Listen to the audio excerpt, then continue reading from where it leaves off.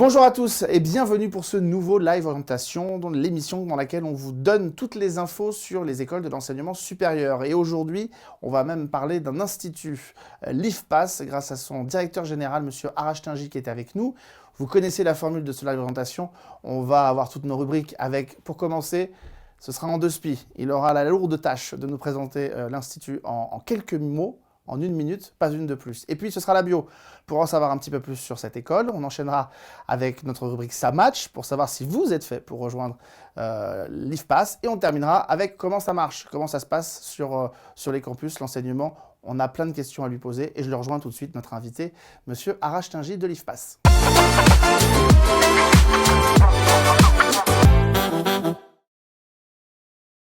Et merci beaucoup, Laurent Arash Tingy, d'être avec nous. Vous êtes directeur général de l'IFPAS. On est ravis de vous accueillir. Merci d'être là. Merci Alexandre pour l'invitation. On va passer une quinzaine de minutes en votre compagnie et on va commencer par un exercice un petit peu sport. Vous avez une minute pour nous présenter l'IFPAS. Pas une de plus. Est-ce que vous êtes prêts? Prêt. Eh bien, allez-y, c'est parti.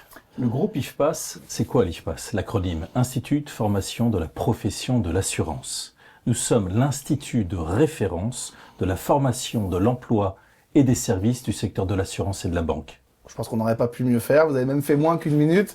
On va gagner du temps sur la suite. Ça tombe bien parce qu'on a plein de questions à vous poser. Et on commence directement avec la bio.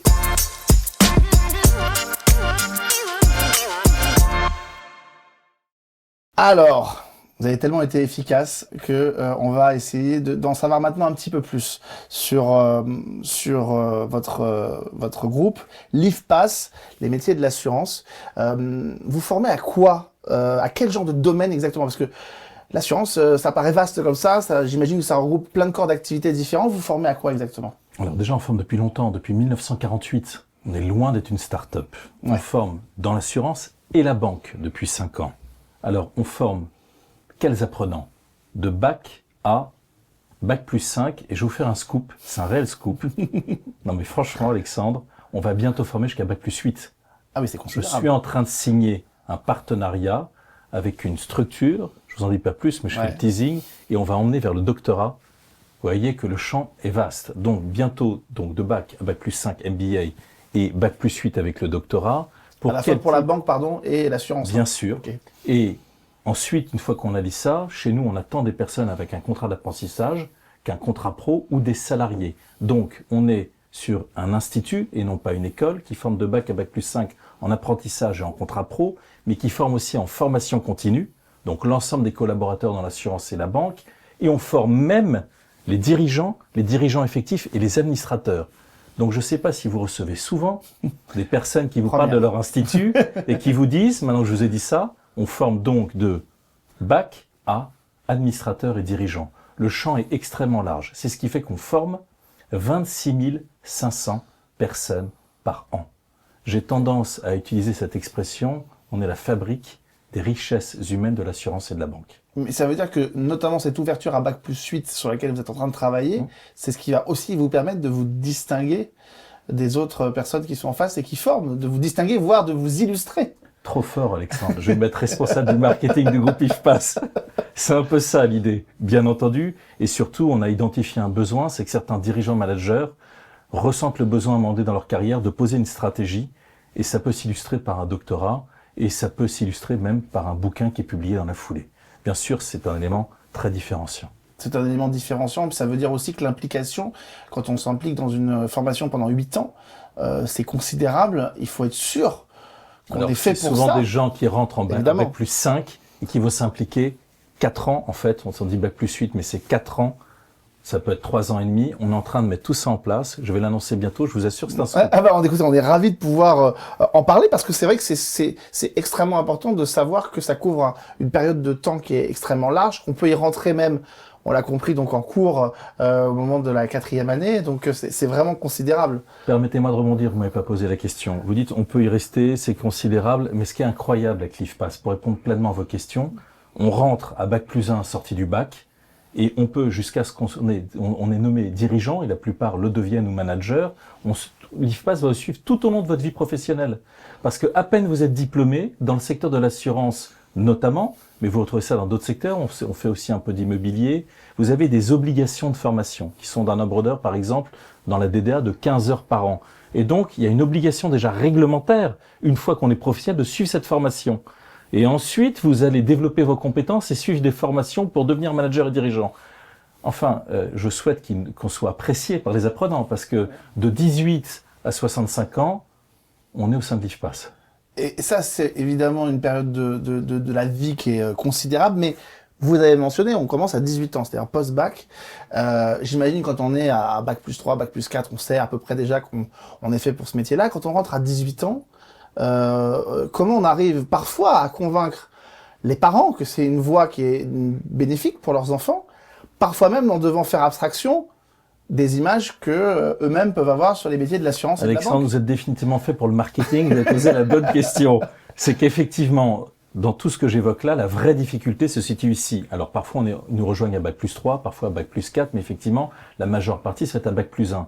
En général, quand on a 17-18 ans, on a envie d'aller dans le luxe, dans le sport, dans tout ce qui fait rêver. Ah bah oui. L'assurance et la banque, parce qu'on a également la banque, c'est pas forcément ce à quoi on pense tout de suite.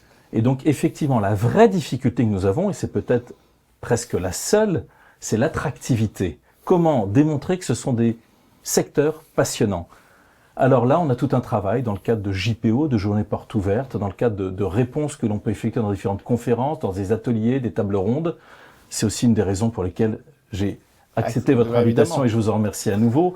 C'est expliquer en quoi ces métiers sont intéressants. Si j'ai quelques minutes pour le faire, si vous le souhaitez, je peux le faire. Alors, en quoi c'est passionnant? Prenez le secteur de l'assurance, par exemple. Si on commence par celui-ci, vous avez plusieurs dizaines de métiers dans ce secteur. Vous pouvez rentrer par une porte, finir votre carrière par une autre. Tout est possible, tous les champs sont ouverts. C'est un secteur qui offre des perspectives d'évolution qui sont considérables. Vous pouvez même rentrer un jour à la souscription dans l'assurance, être ensuite sur l'indemnisation, passer aux ressources humaines, le marketing. Toutes les portes s'ouvrent, la mobilité existe parce que le secteur investit beaucoup dans la formation. Je ne connais très peu de secteurs avec cette possibilité-là. Autant de secteurs qui investissent dans la formation pour développer vos compétences tout au long de la vie. J'aimerais donner, excusez-moi, un exemple. Vous avez certainement lu le rapport de l'OCDE dans la semaine, parce que vous êtes passionné par ce secteur, et vous avez pu noter, il y a une chose qui est marquante, c'est que dans les années 80, on estimait que vous étiez encore avec toutes les compétences nécessaires pendant tout au long de votre carrière professionnelle, donc environ 30 ans. Aujourd'hui, à peine vous êtes diplômé et formé, 3 ans. Oui. 3 ans où vos compétences ne sont pas obsolètes. Or, le secteur de l'assurance et de la banque sont des secteurs qui vous offrent une formation tout au long de votre vie professionnelle. Un chiffre, dans le secteur de l'assurance, 9 salariés sur 10 bénéficient d'une formation. C'est colossal. Il y a d'autres secteurs où vous n'êtes jamais formé. C'est ça, ce que j'allais dire. Donc, ça fait défaut, notamment dans certaines catégories de tranches d'âge, où quand on veut avancer, voire même essayer d'évoluer, on n'a pas de formation, on ne peut pas s'adapter aux évolutions du marché du travail. Donc Alexandre, imaginons que vous avez 18 ans. Je vous dis, vous pouvez être formé tout au long de votre vie professionnelle. Vous avez bénéficié de rémunération et de conditions de travail avantageuses, d'une convention collective très agréable, de métiers qui évoluent et on va vous faire évoluer avec les métiers, de la possibilité d'appréhender l'intelligence artificielle. Peut-être que vous me poserez des questions ultérieurement, mais je ne veux pas prendre trop le temps. Et le tout avec, c'est un élément qui est important pour l'attractivité des possibilités de bénéficier du télétravail. Tous les secteurs n'en bénéficient pas.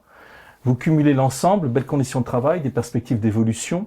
Et puis enfin, permettez-moi le sujet le plus important, vous aidez les autres dans l'assurance et la banque. Oui.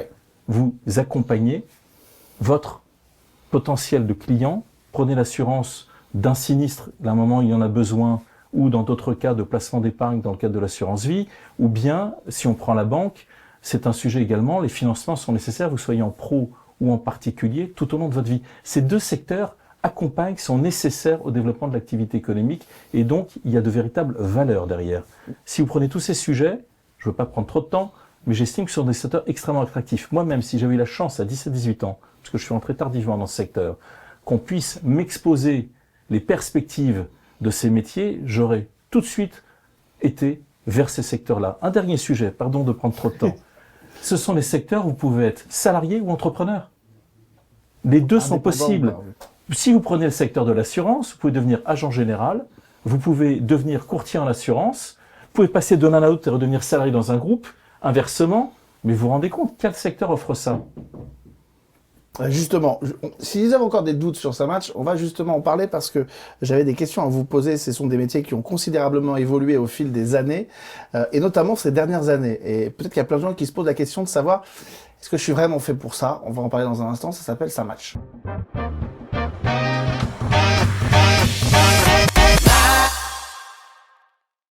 Et justement, SaMatch, je disais que c'est des secteurs d'activité qui ont beaucoup augmenté, qui ont beaucoup changé, et notamment à la fois dans les périodes post-Covid et dans les périodes de changement climatique, notamment on parle beaucoup des conséquences que ça peut avoir.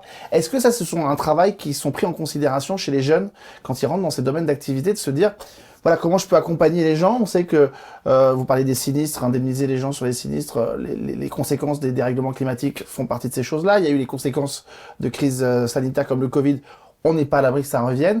Est-ce que ça, ce sont des cheminements que les gens ont quand ils rentrent dans ces filières-là? Alors, sincèrement, à 18 ans, non. Non, pas encore. Ils n'ont pas encore cette évolution, cette maturité.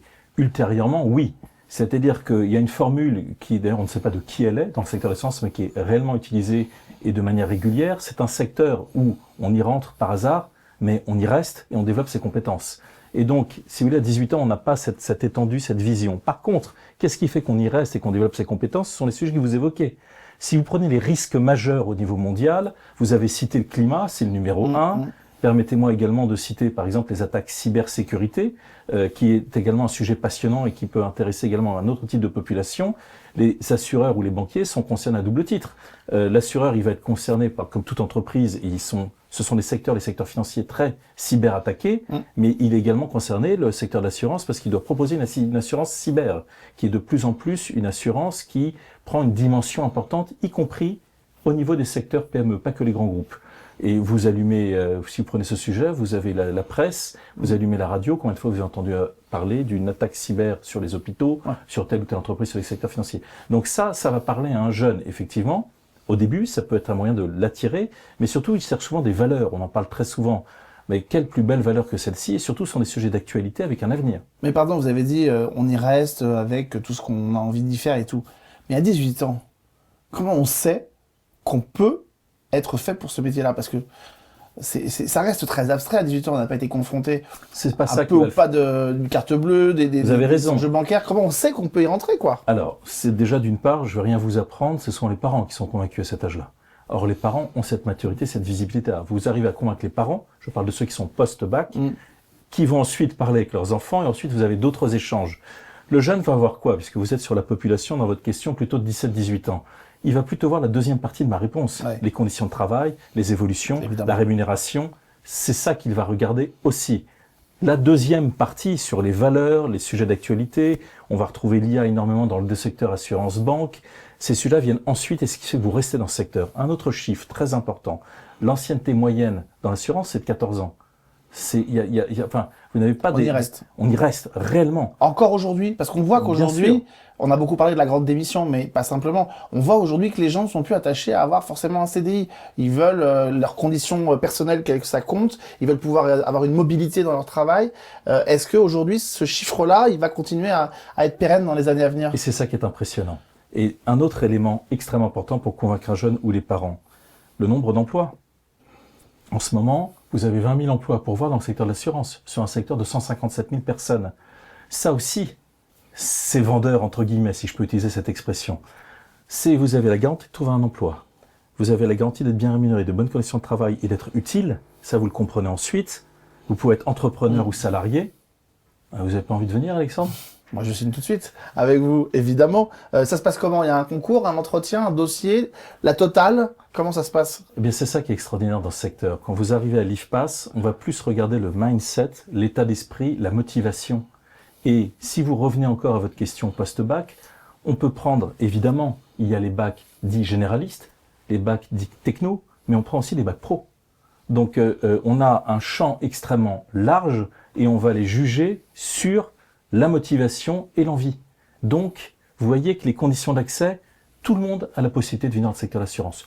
tout le monde. Si les téléspectateurs regardent cette émission, qu'ils se disent pas c'est pas pour moi, on pense à l'actuaire, c'est trop scientifique. Non, il y a des postes pour tout le monde. On peut être littéraire, scientifique, économiste. C'est ce que j'allais vous demander. Voilà, parce qu'on sent que les grandes écoles et les grands instituts ont fait un vrai travail là-dessus. Moi, je sais que à l'époque où j'étais plus jeune, on nous disait sans arrêt si tu as fait un bac L, oublie cette direction-là. On sent qu'aujourd'hui, les grandes écoles font ce qu'il faut pour qu'on puisse changer de braquet, même quand on n'est pas dans la filière qui était prédestinée. C'est exactement ça. Si vous regardez la population post-bac, elle est exactement celle que je vous décris. Et l'assureur, c'est pas forcément l'actuaire qui va faire ses analyses et ses calculs dits scientifiques. Il y a tout type de postes. Le contact client, la relation client, la partie ressources humaines, le juriste pour la conformité. Tout le monde est concerné par l'assurance. Là encore, c'est un très bel avantage. Et j'insiste, on peut passer d'un poste à un autre. Pour plusieurs raisons, parce que notamment il y a cette formation et ces investissements considérables. Les entreprises de formation, les grands groupes de formation investissent 5, 6, 7% parfois de leur masse salariale dans la formation. Croyez-moi qu'actuellement, par rapport au rapport de l'OCDE que je citais, quand vous savez que vos compétences sont obsolètes au bout de 3 ans, c'est un gros avantage. Et ça, quand vous parlez aux parents post-bac, ils comprennent très vite et tout de suite. On va terminer justement avec notre dernière partie pour savoir un petit peu comment ça se passe justement sur le groupe IFPAS. Ça s'appelle Comment ça marche.